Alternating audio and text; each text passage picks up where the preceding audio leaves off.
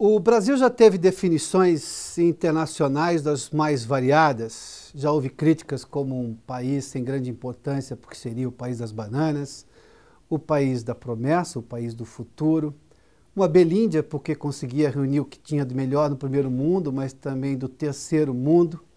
Mas aonde e para onde vamos, ou de onde viemos, para termos um fenômeno internacional de sermos eficientes e ineficientes no mesmo lugar, sendo o mesmo povo na mesma região do globo terrestre?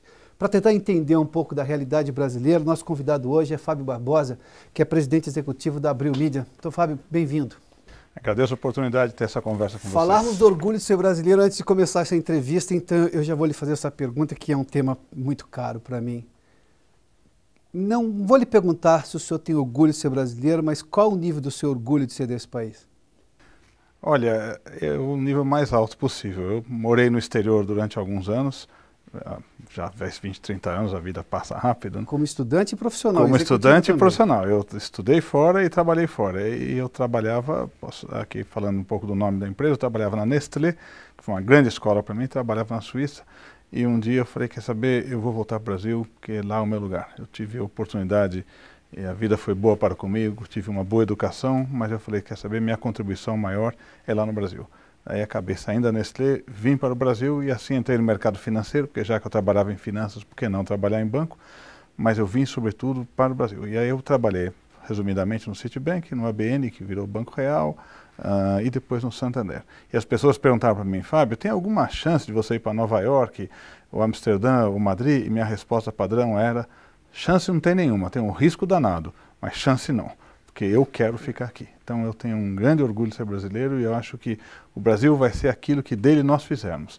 Cada um de nós, com as nossas ações e com as nossas omissões. Então aqueles que têm, como todos aqui, uma formação acima da média, podem ajudar o Brasil a ser um pouco melhor. Então eu tenho um grande orgulho de ser brasileiro e um grande orgulho de poder contribuir, por menor que seja a minha contribuição, para que esse país seja um pouquinho melhor. Mas essa contribuição não foi tão pequena, o senhor foi um dos, até porque veio do setor financeiro com compromisso com o terceiro setor, quando o senhor for do ABN, inclusive questões ambientais e tudo mais, num país que tem uma discussão muito intensa entre preservar e avançar, entendendo que o avanço é o não a preservação, sendo que não necessariamente pode-se caminhar pelos dois caminhos.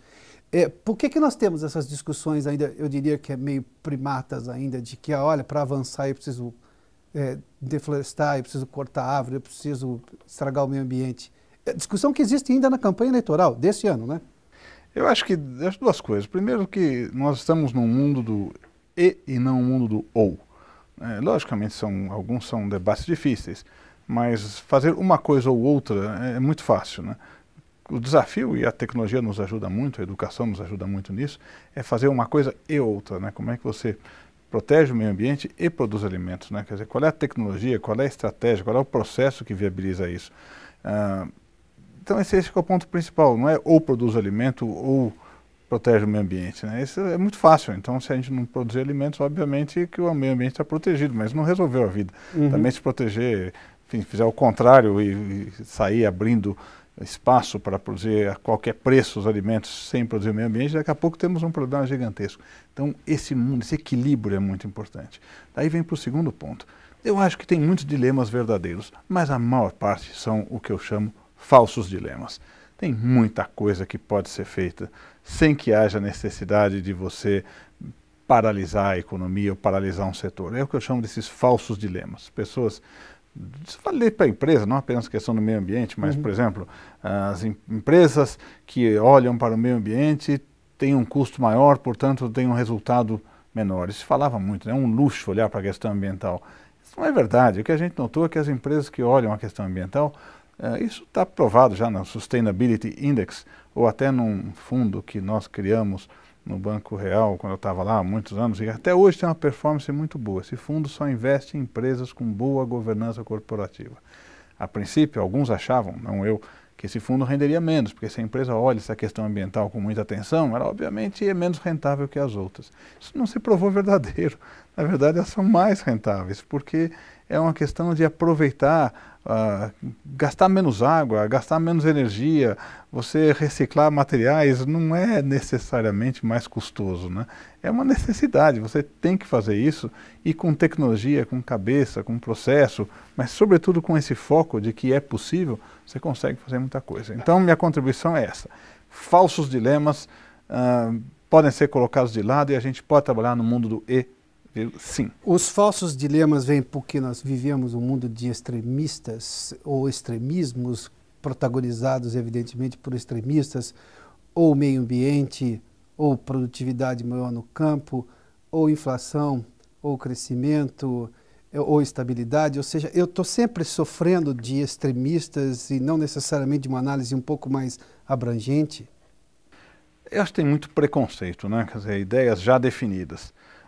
Eu falei esse final de semana, curiosamente, com enfim, o sogro do meu irmão, para falar abertamente aqui, completou 100 anos.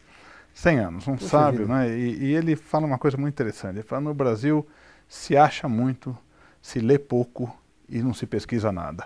E eu acho que são palavras sábias, né? Todo mundo acha alguma coisa. Eu vou repetir isso aí, como é que é no Brasil? No Brasil se acha muito, se lê pouco e se pesquisa nada. Então, quer dizer, as pessoas falam sobre a incompatibilidade de você aumentar a produtividade agrícola, com isso preservando a questão da natureza, do desmatamento, e cada um tem uma opinião formada. Eu vejo debates entre meus amigos, muitas vezes as pessoas não sabem nem do que estão falando, mas já têm a ideia formada. Por isso eu vou começar a abrir uma outra avenida aqui nessa história, que é a questão da educação, né? Eu acho que a gente tem um déficit de educação muito importante, e o que leva as pessoas, em geral, a como hábito, falarem sobre qualquer assunto, ainda que não tenham condições de opinar numa ou noutra direção. E acho que na educação reside o maior problema. Lógico que o debate do meio ambiente não é só no Brasil, ele é mundo afora, né? Mas eu vejo aqui no Brasil muito desconhecimento, para não dizer muita ignorância. Eu acho que é mais leve falar muito desconhecimento num debate que tem aspectos técnicos muito relevantes. Em outras culturas, não estou dizendo que o Brasil seja o único país assim, sim, longe disso, mas eu noto um americano bastante mais cuidadoso quando fala de um assunto com conhecimento de causa, ele estudou aquilo, ele pesquisou aquilo, né? Por que acontece isso? Quer dizer, quais são as evidências empíricas, quais são as correlações. Então eu acho que a nossa sociedade é um pouco de um traço mais superficial, né? E tem sociedades que se aprofundam um pouco mais. Então é um traço cultural que vai demorar para a gente mudar. Qual o nível de percepção desse equívoco que o senhor imagina que nós temos? Muita gente já começou a perceber isso ou ainda não? Eu acho baixíssimo. Acho que as pessoas todas se acham entendidas, né? E, de novo, é uma questão da sua imagem junto ao grupo de amigos, né? E você manter e falar assim, não, esse assunto... Mas é vaidade, então, não é? Vai cair na vaidade, na autoestima, né? Vaidade acho que é um extremo da autoestima, assim, o cara quer manter. Só fez menção a um assunto que sempre é recorrente, a história da educação no Brasil. E quando se fala isso, evidentemente eu posso recorrer ao lugar comum, que é imaginar que aquela escola, normalmente pública, é maltratada, o professor mal pago, desestimulado, a criança que se ausenta demais, tem alto índice de evasão escolar, enfim. Mas o senhor falou da educação que chega nesse nível do brasileiro que já passou por escola, talvez seja pós-graduado, enfim, mas que não consegue compreender melhor o assunto antes de discutir. É nesse sentido que o senhor fala de educação, nesse sentido ainda mais amplo? Na verdade, a educação tem dois aspectos. Eu vou deixar esse que você acabou de mencionar aqui para o segundo plano, falar do primeiro plano. Que é o papel de uma sociedade, de um governo, de um Estado? Eu acho que eu tenho uma definição simples, certamente imprecisa, mas que me ajuda muito. É dar a oportunidade para que cada cidadão possa lutar por uma vida digna. Tanto que eu falo, e deixa eu terminar a frase antes que vocês desmaiam, as pessoas que estejam nos ouvindo aqui, eu não tenho problema com a desigualdade de renda no Brasil, né? Eu tenho problema com a razão pela qual nós temos desigualdade de renda no Brasil, que é a falta de acesso à educação de qualidade para todos os cidadãos. Se todo mundo tivesse acesso a uma educação de qualidade, a desigualdade de renda que houvesse não me preocuparia, porque ela seria fruto de um esforço adicional, de um talento, de sorte, enfim, coisas da vida. Mas não é isso. Aqui no Brasil, o nosso problema tem muito a ver que as pessoas não têm acesso à educação de qualidade. Então, esse é o maior problema que temos aqui. Que sociedade é essa que há 500 anos, na verdade, marginaliza uma parte dos seus cidadãos e não dá a elas a chance de lutar por uma vida digna? Essa é a educação que me preocupa. É dar a todo mundo a mesma condição. Depois, de novo, circunstâncias farão com que pessoas diferentes tenham uma vida diferente e eu não acho que todo mundo tem que ser remunerado da mesma maneira. Mas é óbvio que é uma luta desigual. Eu brinquei na abertura, a vida foi boa para comigo, eu tive acesso a uma boa educação. E obviamente, para uma pessoa que não teve, não teria as condições de lutar com as mesmas armas que eu tive à minha disposição. Por isso que eu gosto do Brasil, de ser brasileiro. Eu acho que eu devo também um pouco de retribuição, porque tudo que eu tenho eu consegui aqui no Brasil, né? Então, um pouco de retribuição da minha colaboração para que o país melhore. Então, esse é um aspecto. Com relação às pessoas que tiveram acesso à educação e que talvez às vezes sejam superficiais, eu vou pegar um ângulo ligeiramente diferente, onde o meu desapontamento é maior. Não é só o fato de que as pessoas muitas vezes tiveram acesso à educação, mas continuam tratando de alguns temas superficialmente, porque é um pouco da nossa cultura, né? Mas eu acho que a falta da consciência de cidadania que existe mesmo nos cidadãos de maior nível educacional. Então, seja com relação a cumprir normas de trânsito, seja com relação a normas tributárias, seja com relação a andar na contramão ou não andar, ou seja com relação a produtos piratas, o que eu vejo é que a falta de patriotismo, de cidadania, está em todos os níveis sociais também.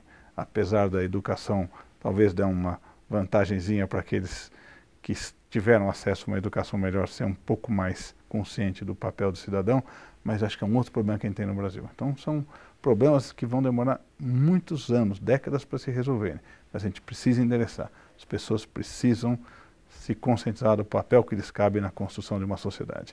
Não é o governo que constrói, somos nós, no dia a dia. E o senhor está falando de uma crise de individualismo no Brasil. Uma crise do coletivismo em detrimento do individualismo. Isso? Que me surpreende muito. Isso é muito da nossa sociedade, muito individualista. Uma sociedade individualista. E então eu cruzo com pessoas, nós estamos nesse momento aqui numa crise de água, um problema seríssimo. Está todo dia nos jornais a falta de chuva, o problema da cantareira, abastecimento. E ainda assim eu cruzo com pessoas que lavam o carro, lavam a calçada, ou alguém que me dizia outro dia que molha o jardim à noite para ninguém ver. Esse é o esperto, né? Então, que país é esse? Quer dizer, que uma pessoa fala e comenta, eu rego meu jardim à noite, que as plantinhas estão precisando, mas eu faço à noite, assim ninguém reclama, tudo mais. É um ato de esperteza que não vai, é o individualismo, né? E não é o coletivo, né? A gente não tem isso, né? E esse sentimento de cidadania, eu sou otimista, eu acho que está vindo, eu acho que os jovens são melhores do que nós, né? Eu brinco que se a minha geração não deixou um Brasil melhor para o nosso futuro, para os nossos jovens, desculpe, nós deixamos filhos melhores para o nosso Brasil. Então, se não deixamos um Brasil melhor para os nossos filhos, nós deixamos filhos melhores para o nosso Brasil. Eles são melhores, são mais conscientes da questão ambiental, da questão social, da transparência, da questão ética. Então, eu vejo uma evolução acontecendo, mas é uma geração, 2 gerações. E como é que eu exemplifico isso? Eu falo que meu pai fumava, né, já faleceu, e ele jogava maço de cigarro na rua, né? Tá na minha idade, meu pai teria, sei lá, 85, 90 anos. Ele já faleceu, como eu disse.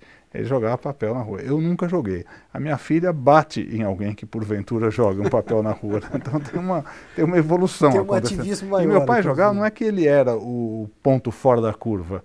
As pessoas jogavam. Vocês vão lembrar, quem for mais velho vai lembrar, tinha papel na rua, no canto, todo mundo jogava. Eu tomava o refrigerante e jogava latinha pela janela. Isso não acontece mais e os jovens se revoltam contra quem faz. Então eu vejo, sendo otimista e realista até, porque eu observo isso há muitos anos, em várias coisas. Questão de multa de trânsito, guarda, como o pessoal há muitos anos adorava contar vantagens sobre como tinham com excesso de velocidade e foram multados e contornaram aquilo com algum pagamento, de algum dinheirinho que deixavam junto com a carta de motorista e contavam isso como uma grande vantagem, né? Hoje eu até nem sei se fazem ou não fazem, mas não contam mais, porque não é socialmente aceitável. Que já é um avanço. Que é um avanço, porque antes era uma vantagem, cada um queria contar o ato de esperteza maior que tinha tido, né? Hoje não fala mais. Se fazem, eu não sei, mas não se fala mais. Não deixa de ser mais uma evolução. O senhor acha que o problema que temos e tínhamos ainda maior, e que talvez teríamos menos ou e com intensidade menor, é essa identidade brasileira, a identidade coletiva de sociedade que talvez fosse menor no passado, de querer, nós estamos fazendo um país, isso é uma nação, não é só um país, não é só uma divisão geográfica de país, é uma divisão muito mais do que geográfica. O melhor livro que eu li recentemente sobre esse assunto é Joseph Stiglitz, né, que é esse Por que as Nações Fracassam, né? É o Robinson, na verdade, que é o autor desse livro, né? Por que as Nações Fracassam. E fala um pouco sobre as instituições. Eu acho que, e o ponto do livro, eu vou falar muito rapidamente aqui, é sociedades que conquistaram os seus direitos e, portanto, constituíram um Estado que limitou o poder do governante, e sociedades como a nossa, e o livro fala mais sobre a Argentina até, de como o Estado foi dado antes de o cidadão ter noção do direito pelo qual poderia estar lutando. Quer dizer, então o Estado veio antes e foi dado às pessoas, né? Então isso tirou essa ideia da conquista, de que o governante está lá a seu serviço, né? Nos Estados Unidos todo mundo é servidor público e se fala de administração Obama, né? Aqui o cara é autoridade e a gente fala governo, Fernando Henrique Cardoso, Lula, Dilma, mas é o governo, né? Quer dizer, é de cima para baixo.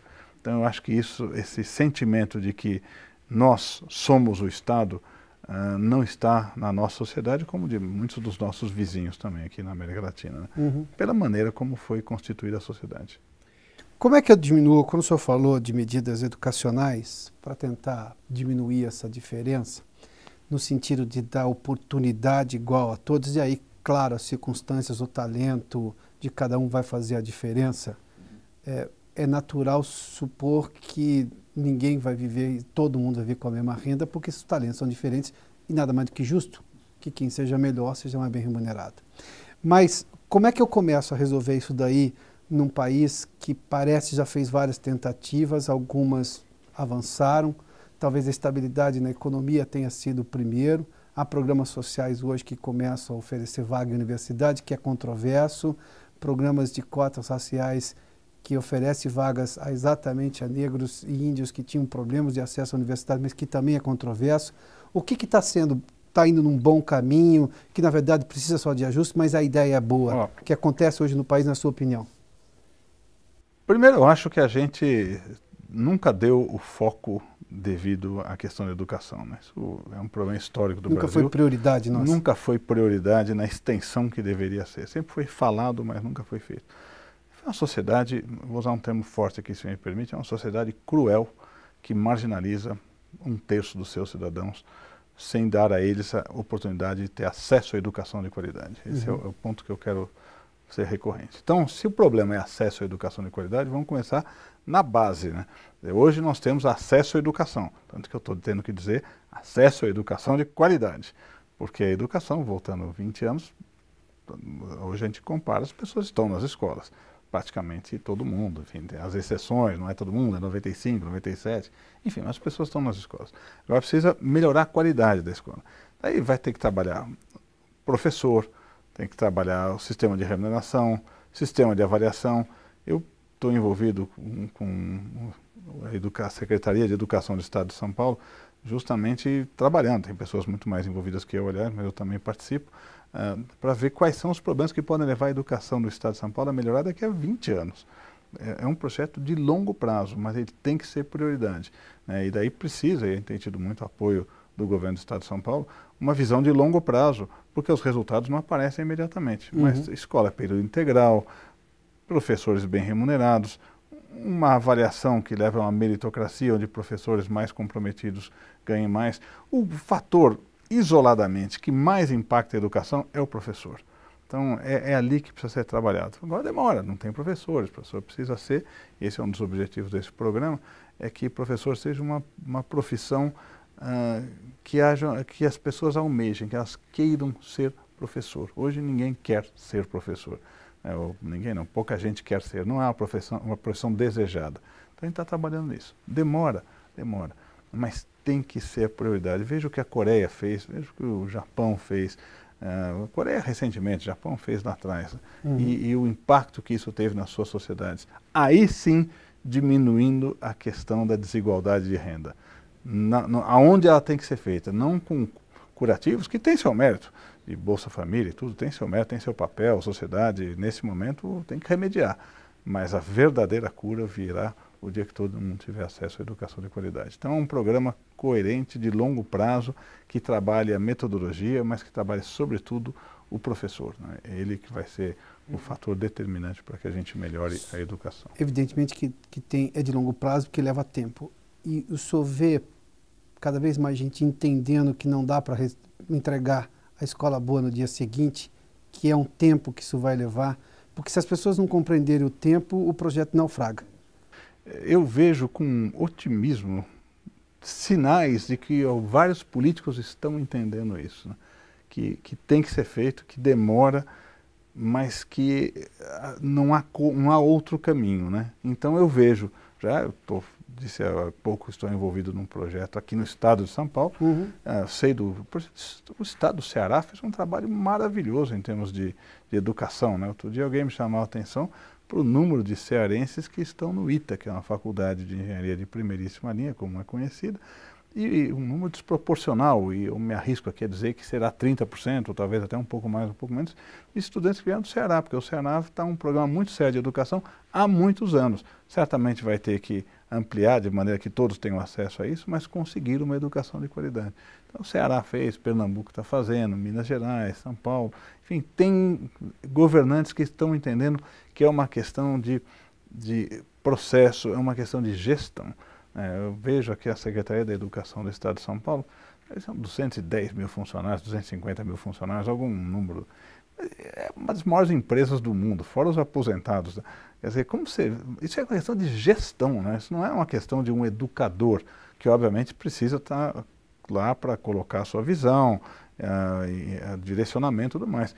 Mas a gestão, como é que se trabalha, como é que se avalia, como é que se seleciona, como é que se remunera, como é que se promove, como é que se distribui a logística. É uma loucura um negócio desse. E acho que agora está caindo a ficha de que tem que ter um processo de gestão. Tanto que em vários estados foram consultorias especializadas que foram lá para dizer, olha, precisamos fazer isso, mas demora muitos anos, mas eu estou vendo com otimismo. Eu sou otimista com relação ao futuro do Brasil, né? Eu acho que tem muitos desses pontos que estão sendo endereçados. O que me preocupa é o ritmo em que estamos indo, mas eu não acho que estamos indo na direção errada, estamos indo na direção certa. Então, Fábio, obrigado. Obrigado pela entrevista. Obrigado pela oportunidade. Obrigado pela gentileza. Um prazer.